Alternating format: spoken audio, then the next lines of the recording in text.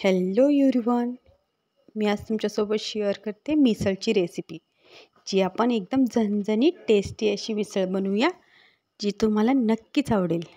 तेही आपण एकदम साध्या सोप्या पद्धतीने मिसळ बनवूया, जी सगळ्यांनाच आवडेल. चला तर मग बनवूया आपण एकदम झणझणीत टेस्टी अशी मिसळ पाव. मिसळ बनवण्यासाठी मी 125 ते 150 ग्राम मटकी घेतलेली आहे. मटकी 1-2 पाण्याने धुवून घ्यायची. आता आपण सगळ्यात पहिलं मटकी बनवण्यासाठी मसाला तयार करू. आपली मिसळ बनवण्यासाठी सगळ्यात पहिलं मी घेते 1 चम्मच खसखस. खसखसला आपण भाजून घेऊ. थोडी ब्राऊन होईपर्यंत भाजून घ्यायची. खसखस छान ब्राऊन झाली आहे, मी काढून घेते. आता मी भाजून घेते अर्धी वाटी खोबरे. ह्याला पण थोडंसं आपण ब्राऊन होईपर्यंत भाजून घेऊ.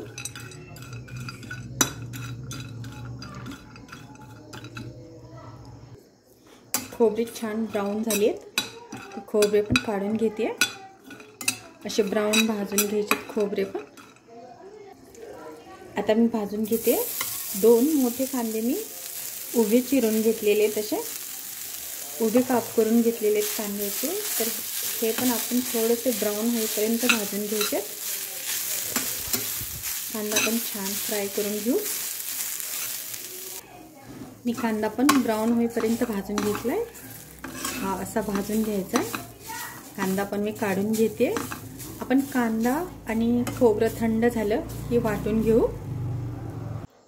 खोबरं थंड झाले तर मी सगळ्यात पहिले वाटून घेते खोबरं मी असं बारीक वाटून घेतलेले. याच्यामध्ये मी टाकते आता खसखस आणि भाजून घेतलेला हा कांदा टाकून घेते.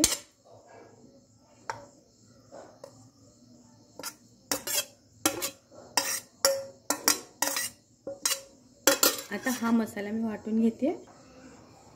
वाटून मसाला आपला असा तयार झालेला आहे. मी याला एका वाटीमध्ये काढून घेते.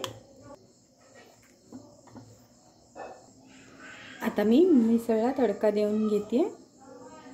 त्यासाठी मी कढई गॅसवर ठेवलेली आहे. गॅस आपण मीडियम आचेवर ठेवू. तडका देण्यासाठी मी कढईत 3 ते 4 चम्मच तेल घेतलेले. तुम्ही तुमच्या आवडीनुसार कमी जास्त तेल घेऊ शकता. तेल गरम झालेले तर मी याच्यामध्ये टाकून घेते जिरे आणि मोहरी अर्धा चम्मच.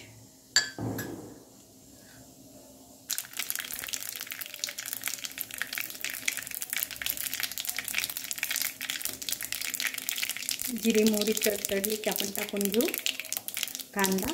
मी एक छोटासा मीडियम साईजचा कांदा बारीक कट करून घेतलेला तो मी टाकून घेते.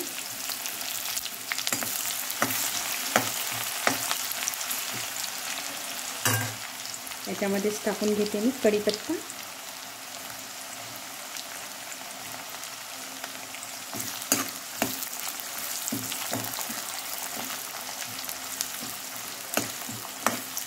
आपण कांदा ब्राऊन होईपर्यंत थोडासा ब्राऊन होईपर्यंत भाजून घेऊ. कांदा हलकासा ब्राऊन झालाय. आता मी याच्यामध्ये टाकून घेते 1 चम्मच अद्रक आणि लसणची पेस्ट. 8-10 लसणाच्या पाकळ्या आणि अर्धा इंच अद्रकचा तुकडा याची मी पेस्ट बनवलेली आहे. हे मी टाकून घेते. याला पण आपण कांद्यासोबत फ्राय करून घेऊ.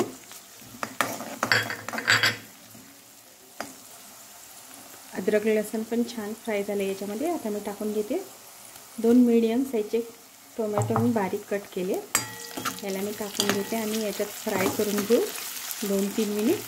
थोडंसं टोमॅटो सॉफ्ट होईपर्यंत याला फ्राय करून घ्यायचे. टोमॅटो मी 2 मिनिट याच्यामध्ये फ्राय करून घेतला आहे. आता याच्यामध्ये टाकून घेऊ आपण वाटून घेतलेला मसाला. हा मसाला मी याच्यामध्ये टाकून घेते. सगळा मसाला टाकून घ्यायचा आणि हा मसाला 2 ते 3 मिनिटपर्यंत फ्राय करून घ्यायचा आहे.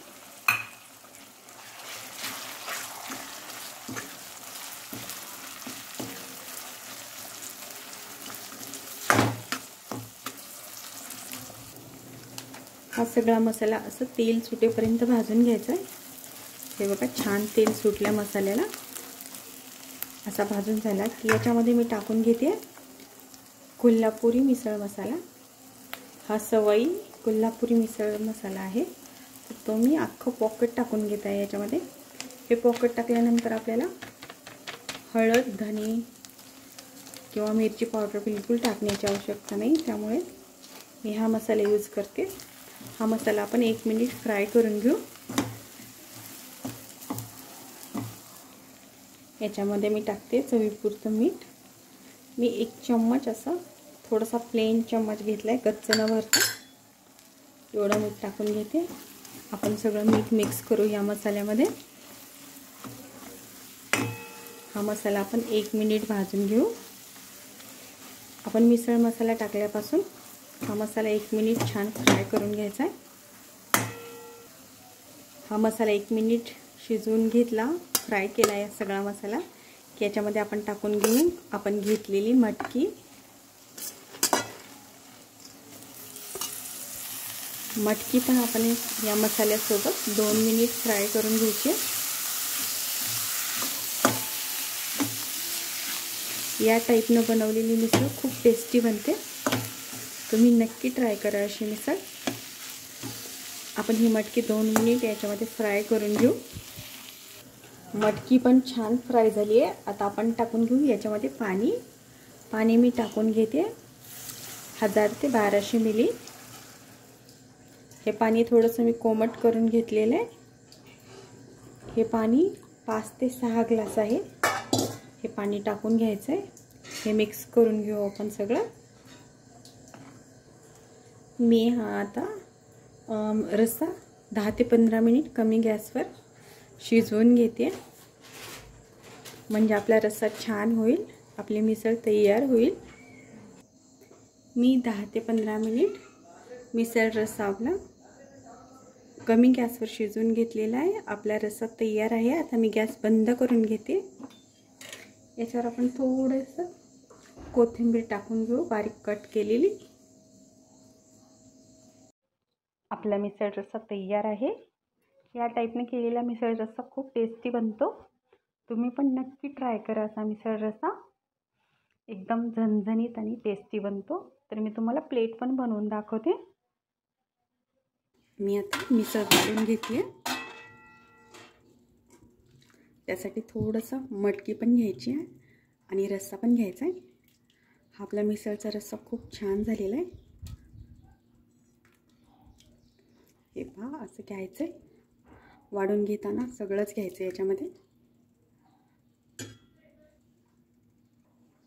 यामध्ये टाकून घेऊ नंतर फरसाण. तुम्ही तुमच्या आवडीप्रमाणे कमी जास्त फरसाण टाकून घेऊ शकता. नंतर टाकून घेऊन बारीक कट केलेला कांदा.